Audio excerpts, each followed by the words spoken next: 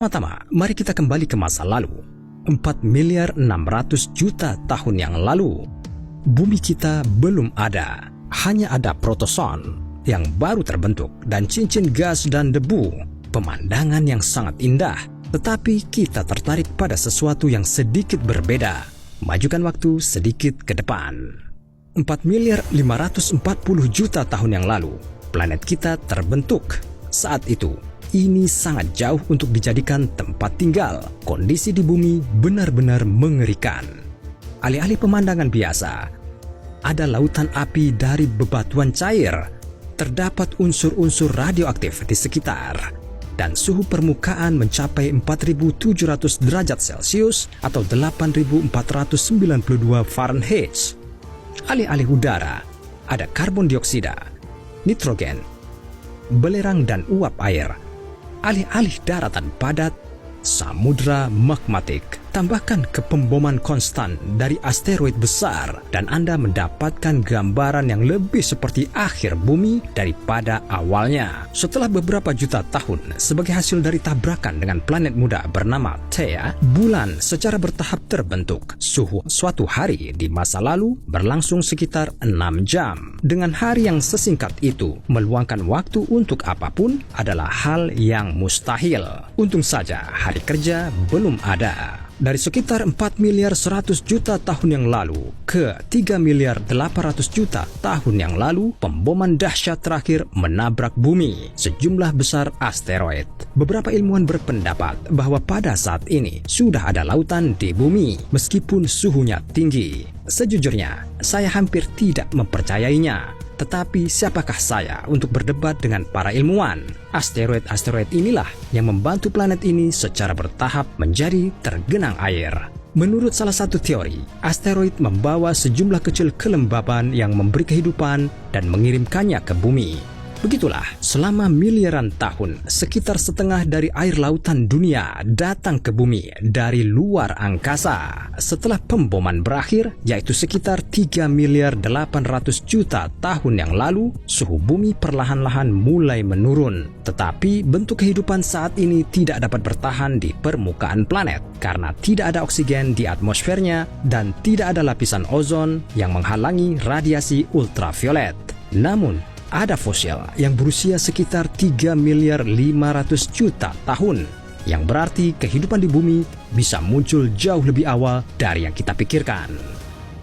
Dari 3.200.000.000 ke 2.800.000.000 tahun yang lalu, hampir seluruh permukaan planet ini ditempati oleh lautan dangkal, yang suhunya berkisar antara 55 hingga 88 derajat Celcius atau 131 hingga 190 derajat Fahrenheit.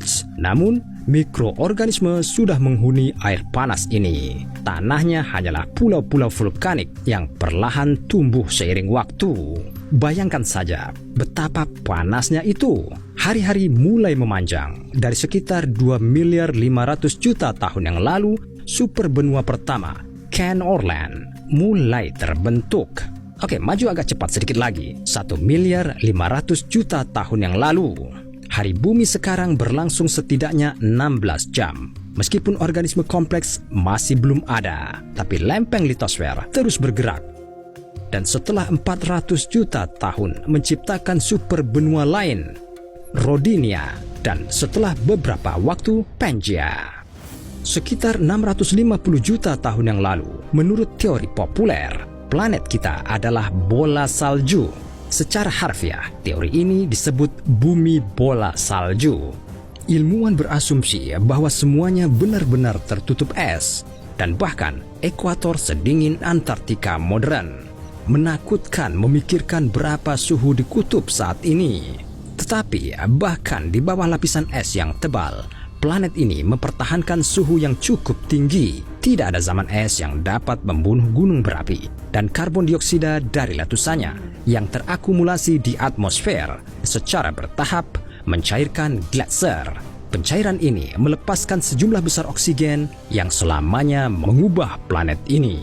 Sekitar 541 juta tahun yang lalu, ledakan Kambrium terjadi.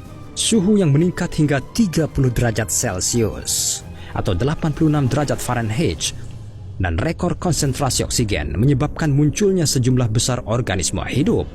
Keanekaragaman hayati begitu mengesankan sehingga beberapa makhluk bahkan mengembangkan rangka luar untuk melindungi diri agar tidak dimakan oleh makhluk lain.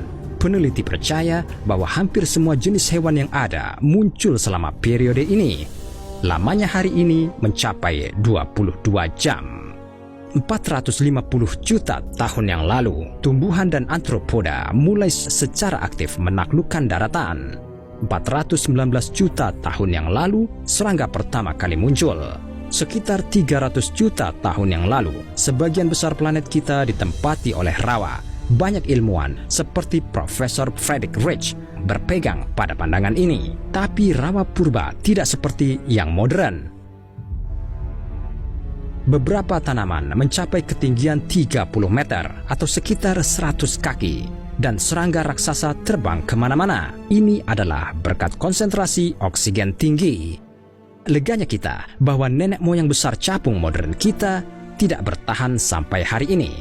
Serius, ini bukan pengganti merpati sebagai sesuatu yang menyenangkan. 252 juta tahun yang lalu, peristiwa kepunahan Permian Triassic berlangsung, menghancurkan 96% spesies laut dan 73% spesies vertebrata darat. Kemungkinan besar banyak letusan menjadi penyebab kepunahan. Udara dipenuhi abu dan karbon dioksida. Hanya ada sedikit sinar matahari ditambah lahar mengalir kemana-mana. Siapapun akan mati di lingkungan ini. Dinosaurus kemudian tiba untuk menggantikan spesies yang musnah. Tapi dinosaurus besar tidak hanya membagi planet di antara mereka sendiri.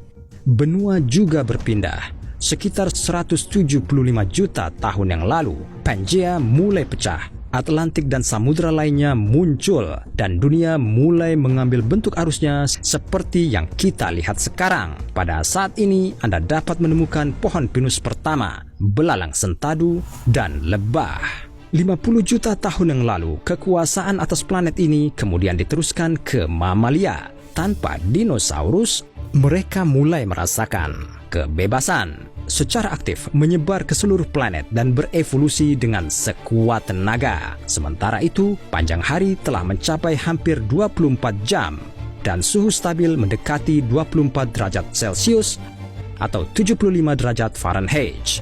Sekitar 8 hingga 4 juta tahun yang lalu, menurut para ilmuwan, sebuah peristiwa penting terjadi. Nenek moyang kera modern mulai memisahkan diri dari nenek moyang kita, masing-masing menempuh jalur evolusinya sendiri. Sekitar 4 juta tahun yang lalu, iklim di planet ini sekali lagi berubah. Tentu saja, ini tidak terjadi secara langsung, tetapi iklimlah yang mengubah sebagian hutan lebat menjadi sabana. Menurut salah satu teori, inilah yang membuat nenek moyang kita yang jauh turun dari pohon, berdiri tegak, dan mulai mencari makan. Mereka bukan satu-satunya spesies yang mulai berjuang untuk bertahan hidup. Banyak yang mencoba beradaptasi dengan perubahan, tapi pada akhirnya hanya manusia yang berhasil sejauh mereka menciptakan alat, roda, dan Netflix. 1.400.000 tahun yang lalu, Homo erectus mulai menjajah Eurasia. 790.000 tahun yang lalu, mereka sudah tahu cara menggunakan api. Berapa populasi bumi sebenarnya? Selama periode ini agak sulit untuk dihitung. Anda tahu, sensus penduduk pada saat itu tidak terlalu bagus. Dan kemudian, sekitar 300.000 tahun yang lalu, Homo sapiens muncul, manusia yang berpikir. Mereka muncul dan mulai mengisi seluruh bumi dengan sangat aktif, sehingga mereka tidak bisa berhenti. Jika sekitar 130.000 tahun yang lalu, jumlah nenek moyang kita berkisar antara 100.000 hingga 300.000 individu, maka 40.000 tahun yang lalu, perluasan nalar manusia sudah menutupi hampir seluruh planet. Saat ini, populasi dunia adalah 7.800.000.000 orang dan terus bertambah. Namun, planet ini berubah seiring dengan orang-orangnya. Jadi, siapa yang tahu perubahan sejarah apa yang menanti kita di masa depan?